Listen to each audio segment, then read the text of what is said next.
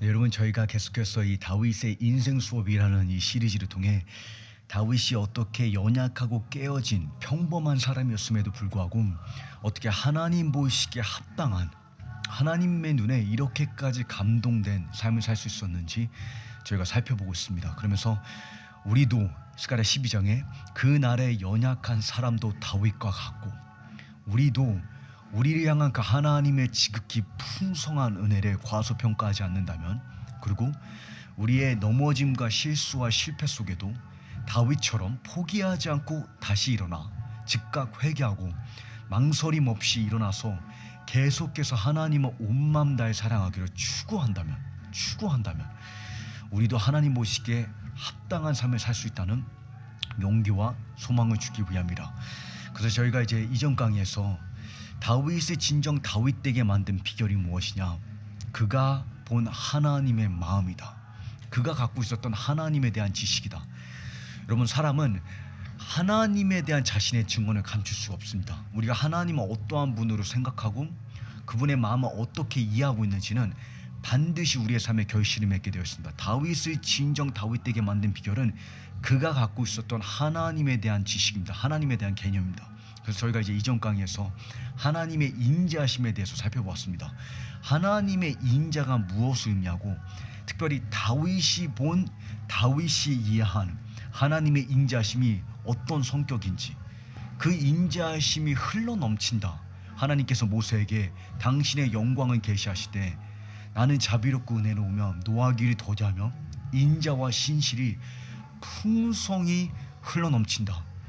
풍성히 흘러넘친다는 하나님의 인자하심이 무엇을 의미하는지를 저희가 살펴보았습니다. 그러면서 저희가 결론 짓기를 저희가 이렇게 결론을 지었는데, 하나님의 인자하심은 마지못해 주어진 억지가 아니라 견딜 수 없는 갈망이다. 이사야 30장에 제가 그 본문을 인용하면서 하나님께서 말씀하시기를 나 여호와께서 간절히 기다리시나니 너에게 은혜를 베풀기 위해 간절히 기다리십니다. 하나님의 인자하심은 마지못해 주어지는 억지가 아니라 억지할 수 없는 갈망이라는 것을, 곤욕이 아니라 하나님의 기쁨이라는 것을, 누가 우리 주와 같으리요?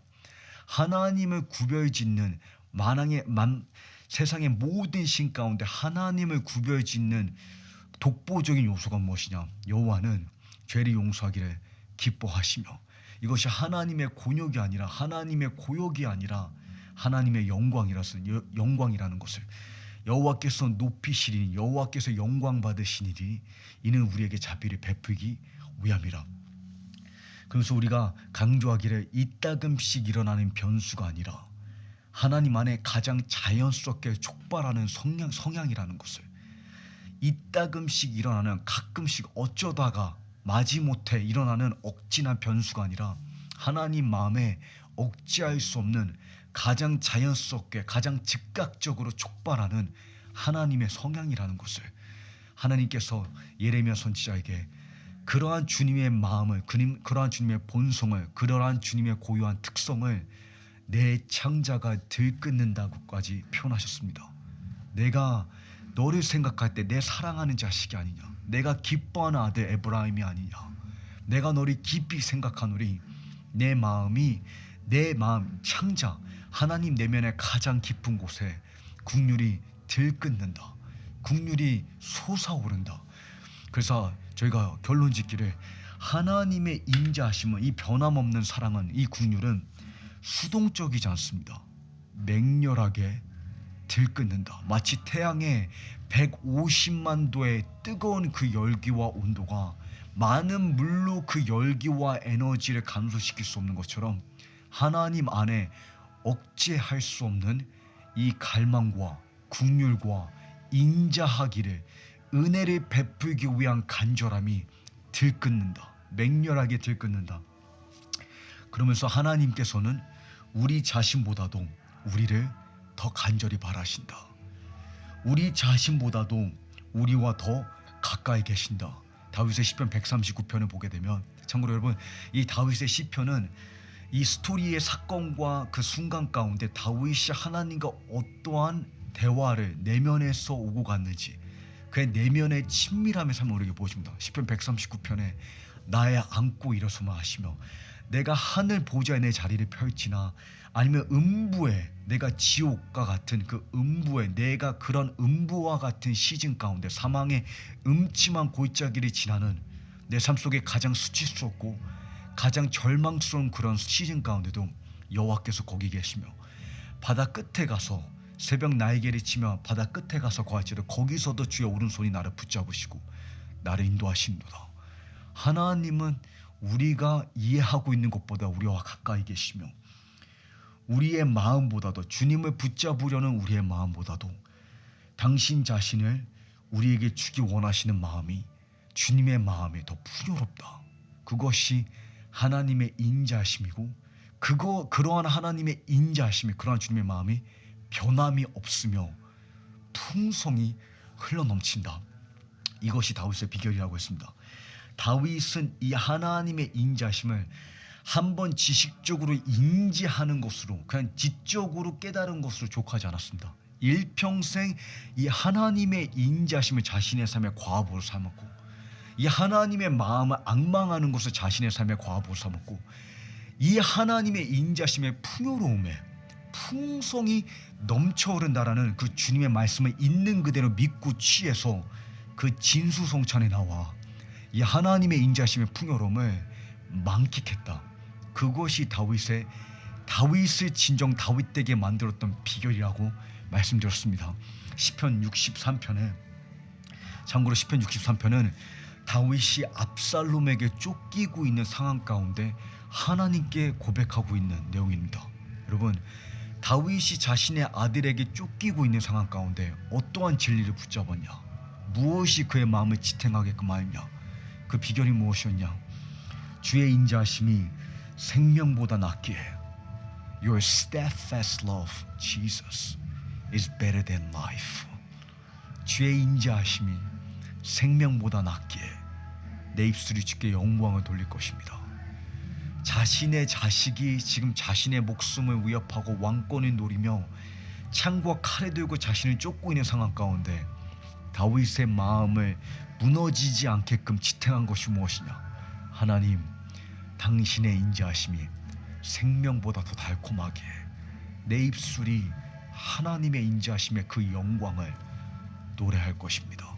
그러면서 내 영혼이 진수성찬으로 배부른 것 같고 나는 이 진수성찬의 풍요로움을 만끽하고 그것으로 내 영혼을 채울 것입니다. 여러분, 우리는 이 하나님의 인자심에 배불러야 됩니다. 그래야만 사울의 위협이나 골리앗의 저주나 압살롬의 협박 속에서 우리가 무너지지 않을 수 있는 것입니다. 특별히 다윗이 그 자신의 절망과 실패 속에 이 하나님의 풍성이 흘러넘치는 인자심을 힘입었다는 것을 시편 5편에 내가 여호와의 풍성한 인자심을 힘입어 여호와의 성소에 들어가 여호와의 임재로 들어가 다윗의 실패와 실수와 넘어짐 속에 그로 하여금 포기하지 않고 일어나서 하나님의 임재로 들어가게끔 했던 그 능력이 무엇이었냐? 여호와의 풍성한 인자를 힘입어서 마지못해 주어지는 억지가 아니라 또는 인색하고 째찌한 그러한 하나님의 인자심이 아니라 풍성이 넘쳐 흐르고 있는 잠시도 고가될 수 없는 너무 지나치게 마실 수 없는 그 하나님의 인자심에 풍성이 넘쳐 흐름을 힘입어서 그것을 힘입었기 때문에 그가 하나님의 임재를 누릴 수 있었다는 것입니다. 압살롬의 협박과 사울의 위협 속에서 하나님의 임재로 들어갈 수 있었다는 것입니다. 그래서 시편 61편에 내가 낙심할 때 나보다 높이 있는 바위로 나를 인도하소서 주의 인자하심과 진리를 세워 그를 보아소서. 하나님, 내가 낙심할 때 내가 무너지는 것과 같을 때 나보다 높이 있는 내가 지금 느끼고 보이는 것보다 내 현실보다 더 높이 있는 더 솟구치는 비가 오고 창수가 날 때 무너지지 않은 그 견고한 반석 하나님의 인자하심으로 나를 이끄고 나를 보호하소서. 그러했기 때문에 다윗은 넘어졌으나 아주 엎어지지 않았습니다. 넘어졌으나 7번 넘어지더라도 다시 일어날 수 있었던 그 능력이 무엇이었냐? 이 하나님의 마음을 헤아렸고 앙망했고 그 진수성찬의 풍요로움에 나와서 그것을 취했기 때문입니다. 저희가 이제 특별히 제가 여러분께 다윗의 실패와 실수와 넘어짐 속에 다윗이 이 진리를 붙잡았다, 이 진리를 취했다. 그래서 제가 이제 이 시글락 스토리를 좀 주목해 보기 원합니다. 참고로 이 시글락 스토리는 저희가 이제 이전 강의에서 이제 사무엘상 17장의 다윗과 골리앗의 스토리, 그다음에 이제 다음 강의에서는 사무엘 18장의 기브아 시즌, 이 사울의 왕실이 어떻게 악령과의 전투의 현장이 될지, 그 사울의 핍박 속에 우리가 무엇을 배워야 되는지 이제 그것을 다룰 텐데, 사실 제가 시글락은 이 기브아 시즌 다음에 나오는 내용입니다. 근데 제가 이것을 먼저 다루는 이유는 그게 베들레헴이 되었던 기브아가 되었던 아둘람이 되었던 예루살렘이 되었던 다윗의 모든 시즌 가운데 다윗이 이 진리를 붙잡았기 때문입니다.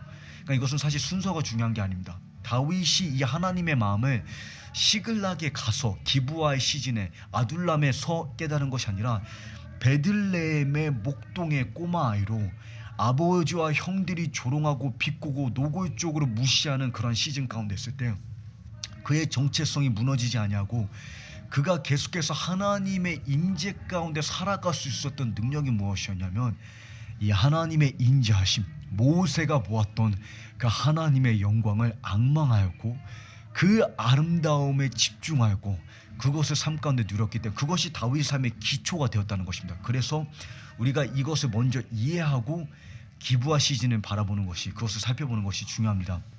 자, 제가 먼저 이 스토리의 배경 상황을 좀 정리해 드리기 원하는데, 제가 여러분께 성경을 공부할 때 그 어떠한 진리를 강조하기 전에 그 진리가 어떠한 배경과 스토리 라인 속에 이 스토리의 전개 가운데 선포되고 계시되는지를 이해하는 것이 중요하다고 말씀을 드렸습니다. 그래야지 그 진리에 함축되어 있는 이 진리가 무엇을 강조하는지를 우리가 온전히 이해할 수 있다.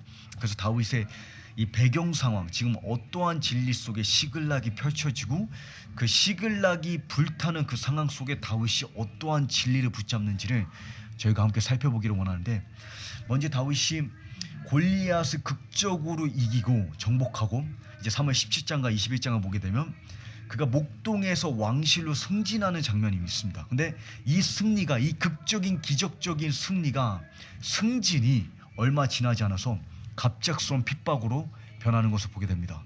여러분, 우리의 삶 가운데 우리의 삶이 번영을 누리고 더 큰 축복을 누리는 것과 같을 때 우리의 마음을 지켜야 됩니다. 왜냐하면 하나님은 우리를 예수님의 형상으로 만들기 위해서 작정하셨기 때문에 우리 안에 그 그리스도의 형상을 만들기로 하나님께서는 계획하셨기 때문에 평범한 돌이 아름다운 조각이 되기 위해서는 반드시 부서지는 과정을 요구합니다. 마찬가지로 이 평범한 이 금이, 불순물로 가득 찬 이 금이 정금이 되기 위해서는 용광로를 요구합니다. 그래서 기브아의 왕실이 악령과의 전투와 사울이 다윗을 쫓고 압살롬이 다윗을 위협하는 이러한 시즌과 상황이 펼쳐지는 이유는 하나님의 실수와 사고가 아니라 하나님의 섭리입니다. 우리가 이제 다음 강의에서 이것을 살펴보게 될 텐데, 그래서 칭찬과 사람들의 인정과 사람들이 우리를 노래하고 사람들이 우리를 칭찬하고 우리를 뒤높일 때 그 사람의 승전가 속에 우리의 마음은 맡기지 않아야 되는 것을 우리가 배워야 됩니다. 자, 중요한 것은 이 대중의 미성숙한 지나친 관심과 사랑이 왕의 질투를 불러일으키는데, 이 사울의 질투가 결국 살인으로 이어지고 사울의 그 협박과 압박을 견디지 못해서 이제 다윗이 도망을 치기 시작합니다. 왕실을 탈출해서 이제 도망자로 살아가는 이 시즌이 시작되는데, 그때 이제 처음 찾은 곳이 아히멜렉 제사장이 찾아갑니다. 워낙 다윗이 하나님의 성소를 사랑했고, 그때 당시에는 이제 제사장에게 찾아가는 이유는 하나님의 뜻을 묻기 위해서 이제 종종 제사장을 또 선지자를 이제 찾아가는데, 특별히 우리가 시편 132편과 같은 본문을 보게 되면 다윗이 하나님의 초소를 얼마나 사모했는지, 하나님의 언약궤를 얼마나 갈망했는지 우리가 알 수 있습니다. 그래서 처음 마지막으로 이 하나님의 성소를 방문할 수 있는 기회라고 생각을 하고 아마 찾아갔을 거라고 생각을 합니다. 근데 이제 막상 제사장에 마주했을 때 아히멜렉 제사장이 어떻게 왕의 부하가 무기도 차지 않고 이렇게 급하게 왔냐 이렇게 물어봤을 때 다윗이 상황을 솔직하게 설명하지 않고 거짓말로 포장해서 지금 급하게 왕의 임무를 맡겼는데 내가 무기를 챙기지 못하고 먹을 것을 챙기지 못했다. 그래서 도움을 요청합니다. 근데 하필이면 그 상황 가운데 사울의 부하, 사울의 수종이었던 도액, 이 에돔 사람 도액이 참 재밌죠. 이 도액이라는 사람이 에돔 사람인데 제가 여러분과 마지막 때 150장을 진행할 때 이 에돔과 이스라엘의 적대 관계, 에서와 야곱의 적대 관계가 마지막 때 어떻게 이 하만의 종말론적 장대가 될지를 제가 여러분께 강조해 드렸습니다. 근데 보게 되면 이 에돔 사람 도액이 그 상황을 지켜보고 나중 가서 사울에게 이것을 고발합니다. 근데 주목해 보십시오. 다윗이 아히멜렉 제사장에게 거짓말, 실수로 한 거짓말이 되었던지 간에 어쨌든 한 거짓말이 결국 아히멜렉 제사장과 85명의 제사장들 그리고 그 자녀들, 그 아내들 그리고 전 소유를 완전히 살육하는 그런 대학살로 이어지는 것을 보게 됩니다. 다윗의 거짓말 때문에 85명의 제사장과 그 자녀들이 대학살 당했다라고 결론 짓기는 좀 그렇지만, 왜냐하면 사울의 치기와 질투 때문에 이런 대학살이 펼쳐진 것이지만 사울에게 책임이 있지만 다윗이 거짓말하지 않았으면 이 제사장들이 죽임당하지 않았을 것은 사실입니다. 여러분 생각해 보십시오. 여러분이 한 번 거짓말했는데 그 주변에 그 지역에 85명의 목사님들과 그 자녀들이 죽임당하는 테러가 일어났다. 그러한 사건이 벌어졌다. 여러분은 어떻게 취급하시겠습니까? 여러분이 이런 상황 가운데 뭐라고 고백하시겠습니까? 이런 상황 가운데 어떻게 하나님께 반응하겠습니까? 이 상황에 이러한 순간에 다윗이 어떠한 진리를 붙잡는지 하나님께 무엇을 고백하는지 주목하기 바랍니다. 그러나 나는 하나님의 신실하신 사랑을 영원토록 의지합니다. 하나님, 지금 이 순간 나는 하나님의 이 인자하심이 변하지 않는다는 것을 확신하고 그 하나님의 인자하심에 기대어 내가 그 하나님의 인자하심을 의지하겠습니다. 네, 우리가 계속해서 스토리를 읽다 보면 다윗의 타협이 한 번의 거짓말로 멈추지 않습니다. 사울의 위협과 압박이 더욱더 악화되는 나머지 다윗이 상황을 피할 길을 찾지 못해서 어디로 도망치냐? 블레셋 왕 가드에게. 가드가 어디냐면 블레셋의 수도입니다. 하필이면 골리앗의 고향입니다. 여러분 생각해 보십시오. 이순신 장군이 임금의 칼에 피해 임금이 이순신에게 질투해가지고 이순신을 협박하고 죽이려고 할 때 이순신 장군이 임금의 칼을 피해서 일본의 심장부로 피난을 간다. 이게 말이 된다고 생각이 드십니까? 그 많고 많은 곳 가운데 일본으로 도망을 친다. 이거는 상상할 수 없는 말도 안 되는 상황입니다. 이러한 사람이 실제로 역사 가운데 기록되었던 분이 영웅 취급하지 않을 것입니다. 하나님께서 이러한 다윗의 실수와 실패를 기록하신 이유는 이러한 자도 하나님의 은혜 풍성한 인자하심 가운데 하나님의 고갈되지 않는 그 은혜와 인자하심 가운데 회복될 수 있다는 것을, 이 순간이 그의 마지막 챕터가 아니라는 것을, 이러한 절망적이고 실패한 순간이 다윗의 삶의 마지막 결말이 아니라는 것을 우리에게 강조해 주기 위함입니다. 그로 인해 우리를 위로하고 우리에게 용기를 주기 위함입니다. 근데 중요한 것은 하필이면 이 일본의 심장부로 이 다윗이 블레셋의 수도로 골리앗의 고향으로 도망을 치는데 거기서 하필이면 이 가드 왕 아기스의 부하들이 신하들이 다윗을 알아봅니다. 그리고 하필이면 그 순간에 이 신하들이 다윗의 승전가, 사울이 죽인 자는 천천히요 다윗이 죽인 자는 만만이나 고백한 그 여인들이 노래한 그 다윗이 아니냐. 여러분, 우리를 드높이는 승전가가 우리의 목숨을 위협하는 재앙이 될 수 있다는 것을 분명히 명심해야 됩니다. 절대로 사람의 인정과 칭찬과 승전가에 우리의 마음을 맡겨서는 안 됩니다. 그래서 그 신하들이 다윗을 알아보고 아기스가 다윗을 알아봅니다. 그때 다윗이 살겠다고, 그 상황을 모면하겠다고 미친 척합니다. 정신병자 흉내를 내는 것입니다. 겨우겨우 그 상황을 모면하고 빠져나오는데 생각해 보십시오. 여러분이 하나님의 이름을 내걸고 골리앗을 무찌른 나라의 영웅인데 그러한 나라의 영웅이 이러한 망신스러운 이러한 수치스러운 순간을 맞이했다. 그때 이 순간에 다윗이 어떠한 진리를 붙잡았을까요? 이러한 망신스럽고 수치스럽고 이러한 자신의 절망스러운 순간에 다윗이 하나님을 어떠한 분으로 고백하고 있을까요? 그것을 우리가 주목해야 됩니다. 다윗이 고백하기를 시편 34편이 지금 이 순간에 기록된 다윗이 이 순간에 하나님께 고백하고 있는 장면입니다. 내가 여호와를 항상 송축하며 내 입술로 항상 주를 찬양하리이다. 내가 여호와께 간구하매 내게 응답하시고 내 모든 두려움에서 나를 건지셨도다. 너희는 여호와의 선하심을 맛보아 알지어다. 여호와의 선하심을 맛보아 알지어다. 이 순간에 다윗은 자신의 정죄감과 수치에 짓누르기보다 하나님의 선하심을 맛보고 있습니다. 하나님의 인자하심에 기대고 있습니다. 그 인자하심을 힘입어서 하나님을 찬송하고 있습니다.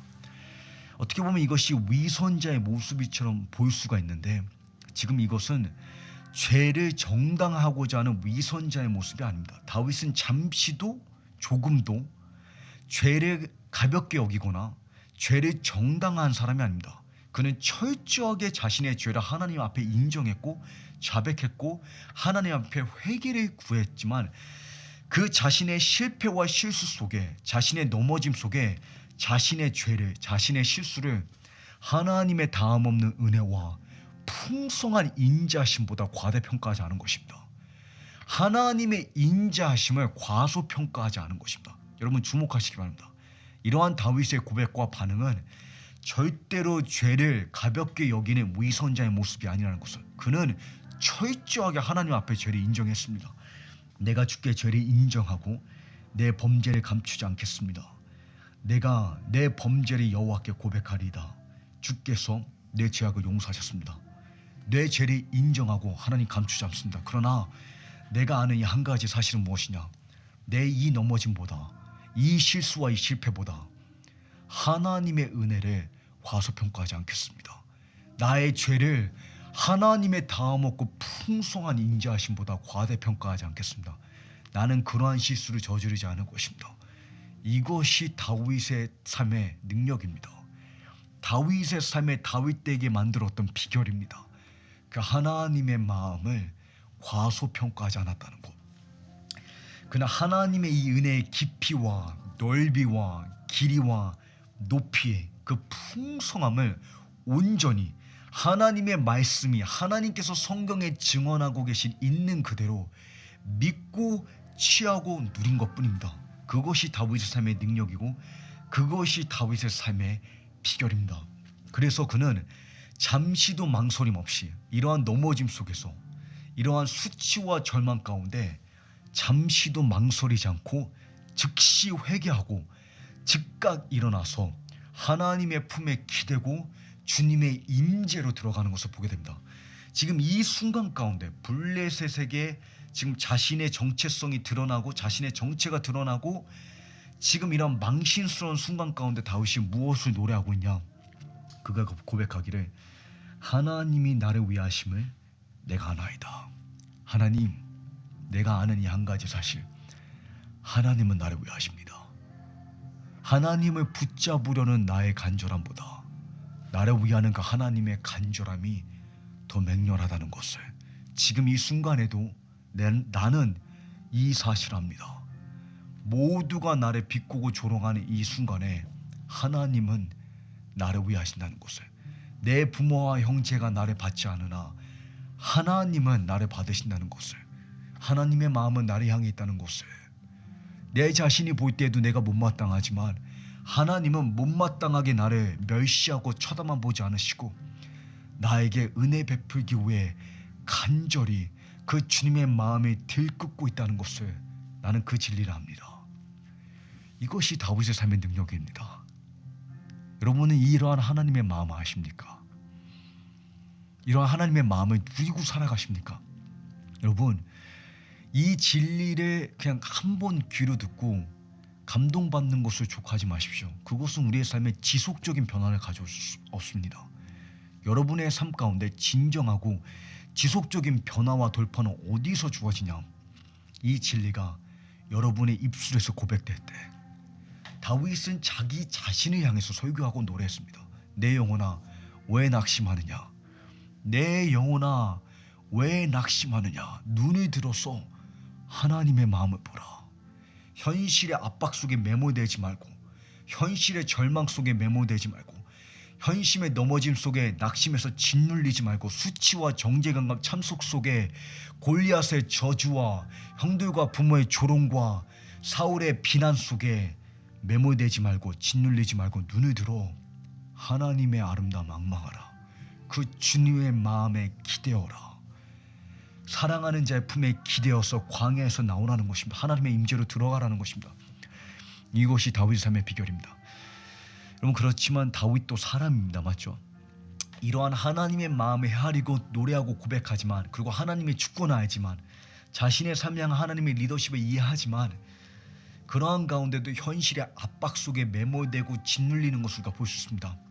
그래서 다시 그가 가드왕 아기스에게 도망치는데, 특별히 이러한 시즌 속에서 400명이라는 현실 가운데 불만을 품고 빚지고 원통하고 온갖 불만과 상처와 아픔 속에 시달리고 있는 자들이 다윗에게 찾아옵니다.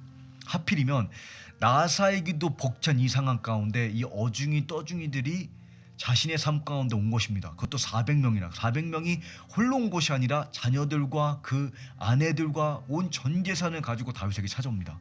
이 사람들이 지금 다윗에게 애정과 충성심을 표하기 위해서 온 사람들이 아닙니다. 아히멜렉처럼 다윗과 연루되었을 때 사울의 분노를 맞이하고 싶지 않아서 사울이 자신들을 죽일까봐 두려워서 공포 가운데 나 살겠다고, 나 살려달라고 다윗에게 찾아온 것입니다. 여러분, 이런 400명의 사람들을 케어해야 된다고 한번 상상해 보십시오. 내가 지금 내 목숨 건지기도 벅찬데, 나 자신 보호하기도 벅찬데, 이 400명과 이 자녀들, 그들을 케어하기 너무나 벅찬 나머지 현실 가운데 다시 이 현실의 압박 속에 매몰되고 다시 현실 가운데서 사람의 생각과 방식대로, 그 사람의 방법대로 방안을 찾고 해결책을 찾고 있는 다윗을 우리가 보게 됩니다. 다시 아기스, 그 가드 왕에게로, 그 블레셋으로 피난 가는 것을 우리가 보게 됩니다. 어쩌면 북한 동포들이 이 한겨울에 정치범 소용소에 갇히느니 이 추운 한겨울에 압록강을 건너서 도망치겠다는 심정이었을 것입니다. 아마 그러한 심정이었을 것입니다. 이런 다윗의 괴로움은 이해가 가지만 이 다윗의 이 반응과 선택이 잘못되었다는 것을 우리는 반드시 배워야 됩니다. 그것을 깨달아야 됩니다. 다윗의 괴로움은 이해가 가지만 하나님은 분명히 갓 선지자를 통해서 블레셋에 가지 말고 유다 땅에 남으라고 말씀하셨습니다. 왜냐하면 사울은 사고나 우연이 아니라 하나님의 섭리이기 때문입니다. 여러분, 사단도 사울도 하나님이 허락하시지 않으면 우리를 협박할 수 없습니다. 하나님이 허락하시지 않으면 우리가 이 하나님의 섭리가 어떻게 역사하는지 다음 세션에서 우리가 보게 될 텐데, 무슨 말이냐면 우리는 언제나 하나님의 뜻 안에서 가장 안전합니다.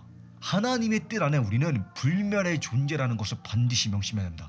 이 사무엘 상을 보게 되면 하나님께서 12번에 거쳐서 극적으로 구체적으로 사울로부터 다윗을 보호하고 구원해 주신 것을 우리가 보게 됩니다. 하나님의 뜻 안에 다윗은 절대로 죽을 수 없습니다. 하나님의 뜻이 성취되기 전에는 사단은 다윗을 건드릴 수 없습니다. 하나님의 뜻 안에서, 하나님께서 허락하신 범위 안에서만 다윗을 건드릴 수 있는 것입니다. 즉 사울은 하나님께서 허락하신, 하나님께서 조성하신 왕으로 준비하기 위한 훈련소라는 것입니다. 그것을 인간의 생각과 인간의 방식으로 피하고자 했을 때 잠시는 인간의 눈에 이것이 최선을 제공하는 것 같아 보이지만 그 최선이 곧 얼마 가지 않아 우리의 기대를 배신하고 파괴적인 재앙을 가져온다는 것을, 우리의 불순종과 우리의 불신은 여러분 임시적인 최선을 제공하는 것 같지만 반드시 우리의 기대를 배신하고 우리에게 재앙을 가져올 것입니다. 우리는 그것을 명심해야 됩니다. 그래서 다윗이 속으로 생각하기를 이러다가는 머지않아 나는 사울의 손에 죽게 될 것이다. 내가 할 수 있는 최선의 방법은 다윗이 또다시 하나님의 주권과 하나님의 섭리를 잊어버립니다. 내가 느끼기에 최선의 방법은 블레셋 사람의 땅으로 도망치는 것이다. 그리하여 다윗과 600명의 군사들은 길을 떠나 가드왕 아기스에게로 갔습니다. 자, 이제 여기서부터 이 시글락이라는 16개월의 타협이 시작됩니다. 자, 여기까지가 서론입니다. 네, 서론이 좀 길었죠. 근데 중요한 것은 이 모든 시즌 가운데 다윗이 어떠한 진리를 붙잡고 있는지, 그 절망과 수치 속에 짓눌리지 않고 나보다 높은 바위를 나를 인도하소서, 어떠한 진리를 고백하고 씨름하고 하나님은 어떠한 분으로 보았는지 우리가 그것을 보아야 됩니다. 자, 이 다윗이 시글락에 거하는 동안에 처음에는 다윗이 생각했던 것처럼 최선이 펼쳐지는 것처럼 삶이 평탄해 보였고, 사울이 다윗이 가드왕 아기스에게 갔다는 것을 듣고 난 다음에 더 이상 쫓지 않습니다. 그러니까 그러니까 임시적으로는 상황이 최선처럼 펼쳐지는 것처럼 보였는데, 이제 얼마 지나지 않아서 블레셋과 이스라엘의 전쟁이 일어납니다. 그때 가드왕 아기스가 다윗에게 너는 내 보디가드가 돼서 나와 함께 전쟁에 나아가자. 이 곤란한 상황 가운데 엮입니다. 그때 블레셋의 왕들이 이 사람이 다윗이 아니냐, 그가 전쟁에 나가다가 갑자기 등을 돌려서 우리를 치면, 그리고 그 이스라엘 백성의 환심을 사려 하면 어떻게 하겠냐, 우리를 배신하면 어쩔 거냐, 이 사람 돌려보내라. 그래서 다시 시글락으로 겨우 그 상황을 모면하고 돌아오는데, 딱 시글락에 와보니까 그 미팅에 오고 가는 순간에 아말렉이 쳐들어온 것입니다. 이 아말렉이 쳐들어와서 시글락을 불태우고 백성들이 약탈하고 아내와 전 모든 소유를 완전히 앗아간 순간입니다. 이러한 재난을 맞이했습니다. 불순종과 불신이 최선을 제공한 것 같지만, 피난처를 제공해 준 것 같지만 반드시 우리의 기대를 배신하고 재앙을 가져온 것입니다. 이때 다윗이 얼마나 괴로웠을지 상상이 가십니까? 그 부하들마저 너무나 괴로운 나머지 그가 이제껏 양육하고 키운, 여러분 다윗이 사울에게 그 3,000명의 용병에게 7년에서 10년이라는 이 긴 시간을 쫓겼습니다. 이 오랜 시간 쫓기 때 다윗이 7년에서 10년 동안 용사를 키우고 양육하고 보호해준 그 동료와 친구들이 도리를 들어서 다윗을 쳐 죽이려고 합니다. 자신이 여태껏 의지하고 함께 울고 함께 싸우고 함께 피 흘리고 함께 전쟁 가운데서 살아왔던 그 형제 동료들이 다윗을 죽이려고 할 때, 그 괴로운 순간에 다윗이 하나님의 인자하심에, 그 순간에 하나님의 품에 기댑니다. 여러분, 어쩌면 이러한 다윗의 태도가 너무나 무례하다고, 이러한 다윗의 반응이 너무나 눈치 없다고, 너무나 뻔뻔스럽고 파렴치한 행동이라고 우리가 생각할 수 있습니다. 그렇지 않습니다. 다윗은 자신의 실패와 정명보다 하나님의 은혜가 더 풍요롭다는 것을, 하나님의 인자하심보다 자신의 실패를 더 과대평가하지 않은 것입니다. 그래서 이 괴롭고 절망스러운 순간 가운데 다윗은 포기하지 않고 하나님의 풍성하신 인자하심을 힘입어서 그 하나님의 사랑하는 자의 품에 기대어서 일어서는 것을 우리가 보게 됩니다. 그러나 다윗은 하나님 여호와를 의지해 용기를 냈습니다.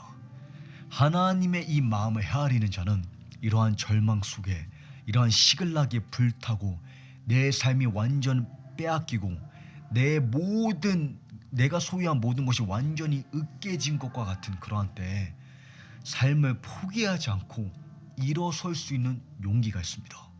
어떠한 자에게 하나님의 이 풍요로운, 이 하나님의 인자하심을 진정으로 앙망하고 그것을 삶 속에서 진정으로 누린 자에게, 그러한 자에게 이러한 용기가 주어지는 것입니다.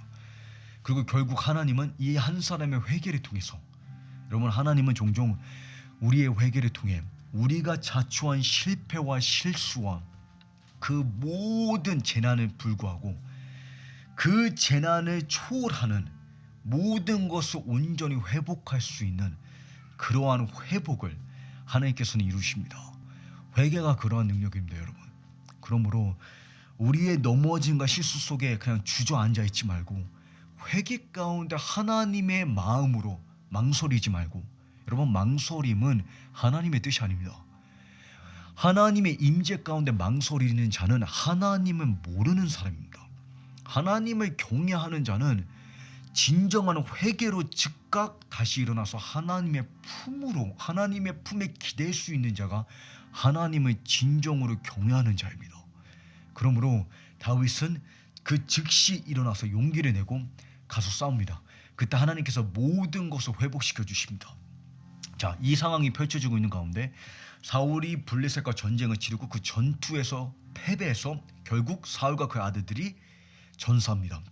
즉 무슨 말이냐면 자기를 쫓고 있었던 이 사울도 블레셋의 손으로부터 다윗이 온전히 한순간에 자유케 된, 그래서 블레셋에서 다시 유다 땅으로 돌아갈 수 있는 도망자의 신세에서 유다의 왕으로 한순간에 인생이 역전된, 회복된 순간입니다. 자신의 어떻게 보면 모든 원수로부터 자유케 된 순간입니다. 바로 이 순간이 시편 18편이 기록된 순간입니다.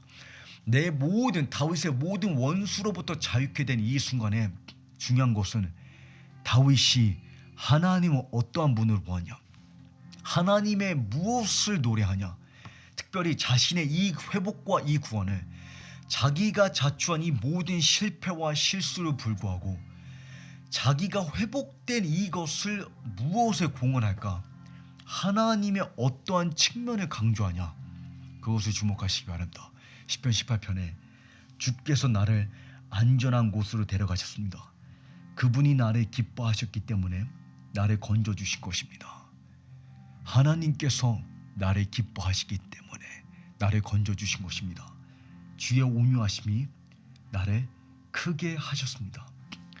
주의 온유하심이, 하나님께서 왜 자기를 건져주셨냐, 왜 자기를 이러한 실패와 실수 속에, 이러한 타협 속에서 왜 하나님께서 나를 회복하시냐, 하나님의 기쁨이 흘러 넘쳤기 때문에 다윗은 자신의 회복을 하나님의 온유하심에 기초합니다. 하나님의 너그러움에 기초합니다. 그리고 무엇보다 하나님의 기뻐하심이 흘러 넘쳤기 때문에 하나님께서 나를 바라보실 때 그 기뻐하심을 억제할 수 없었기 때문에, 그래서 그가 역사하신 것이다. 그가 나를 회복하신 것이다. 그래서 시편 103편을 보게 되면 다윗이 이렇게 고백합니다. 내 생명을 멸망에서 구속하시고 Who redeems my life from the pit. 나를 그 구덩에서 하나님께서 끄집어내셨는데, 시글락이라는 내가 타협한 그 수치와 절망과 그 파멸에서 하나님께서 그 구덩에서 나를 끄집어내셨는데, 왜 끄집어내셨냐, Who crowns me with steadfast love and mercy. 그가 나를 steadfast love, 이 하나님의 변함없는 인자하심으로 나에게, 그리고 하나님의 긍휼하심으로 나에게 면류관을 씌우셨다. 하나님이 왜 나를 구속하셨냐, 왜 나를 회복하셨냐, 하나님의 그 마음 가운데 이 인자하심과 긍휼은 억지가 아니라, 곤욕이 아니라, 고역이 아니라 억제할 수 없는 기쁨이기 때문에, 하나님의 영광이기 때문에, 하나님의 갈망이기 때문에, 하나님 마음에 이러한 인자하심이 맹렬하게 타오르고 있기 때문에, 그러하기 때문에 그가 나를 회복하신 것이다. 여러분, 이러한 다윗의 고백이 너무 뻔뻔스러워 보이십니까? 위선자의 모습처럼 보이십니까? 너무 못마땅해 보이고 너무 지나친 것처럼 보이십니까? 아닙니다.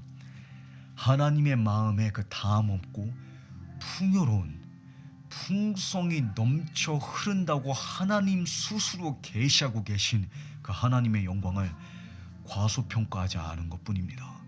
하나님께서 계시하고 계신 하나님 자신을 있는 그대로 믿고 취한 것뿐입니다.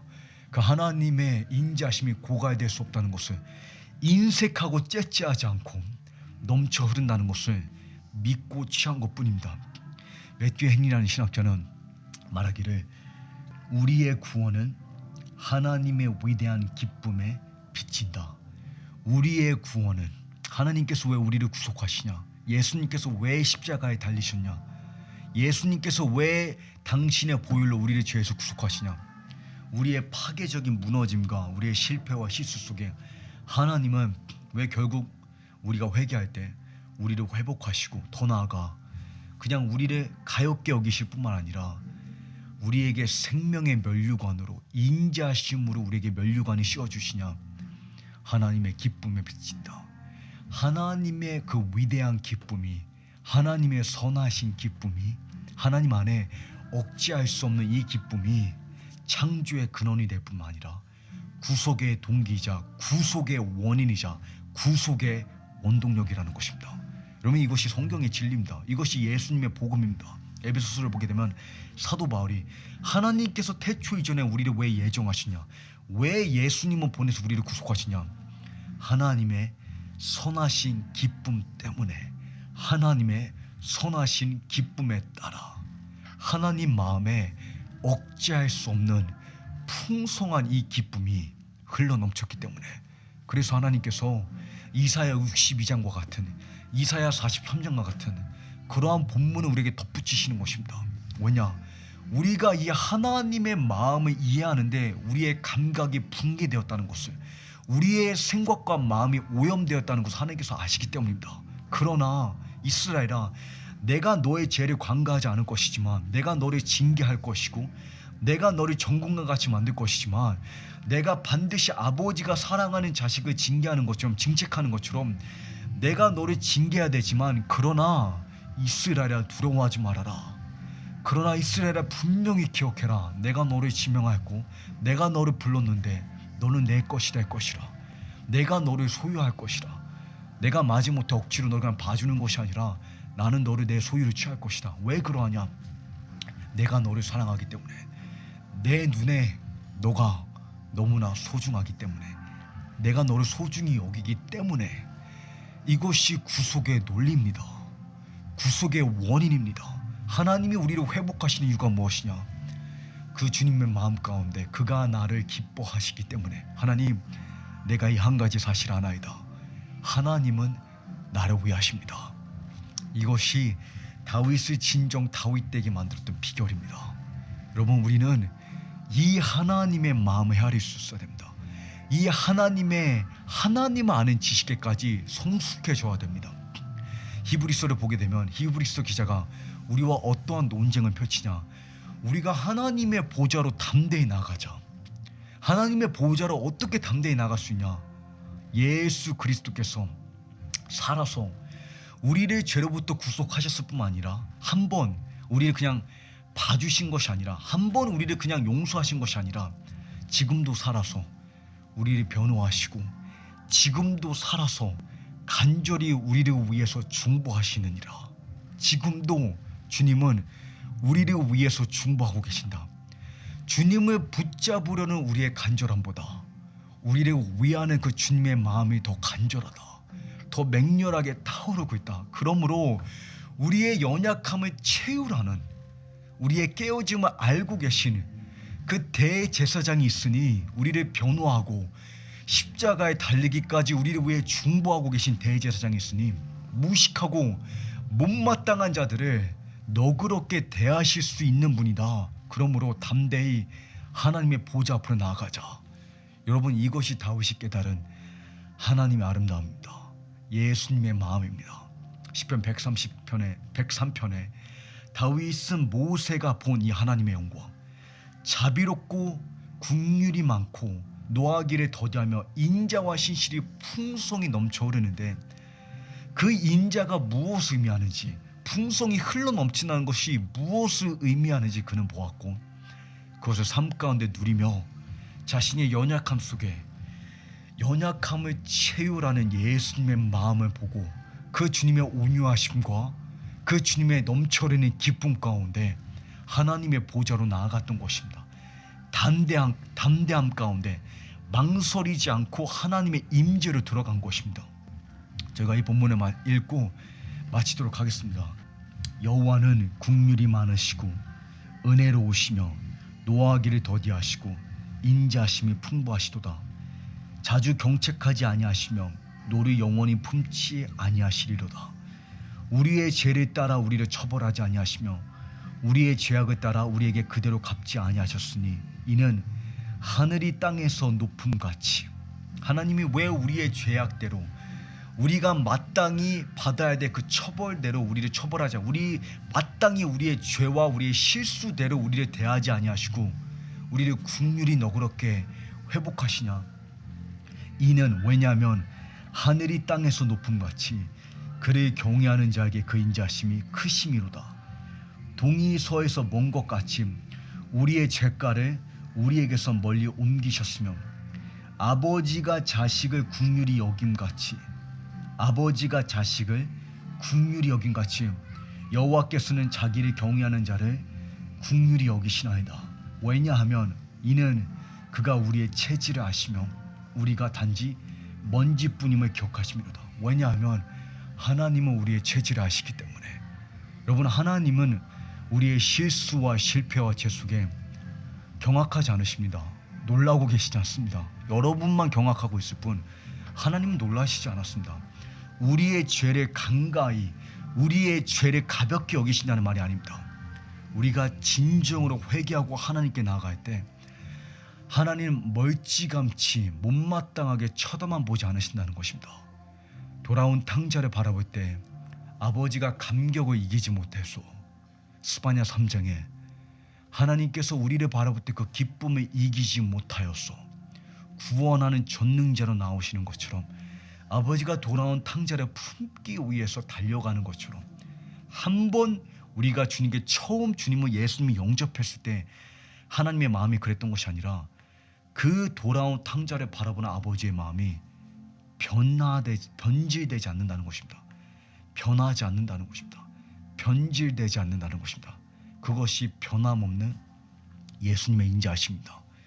그 예수님의 인자하심은 우리의 실패보다 더 풍요롭고 그 예수님의 인자하심은 하늘보다 높고 우주보다 광활하며 결코 고갈되지 않고 인색하지 않고 째째하지 않다는 것을 그 하나님의 진수성찬에 나와 압살롬이 우리의 삶을 위협하든 사울이 맹렬하게 우리를 쫓고 있던 그 하나님의 인자하심이 생명보다 달콤하며 그 진수성찬으로 우리의 영혼이 배부를 수 있기를.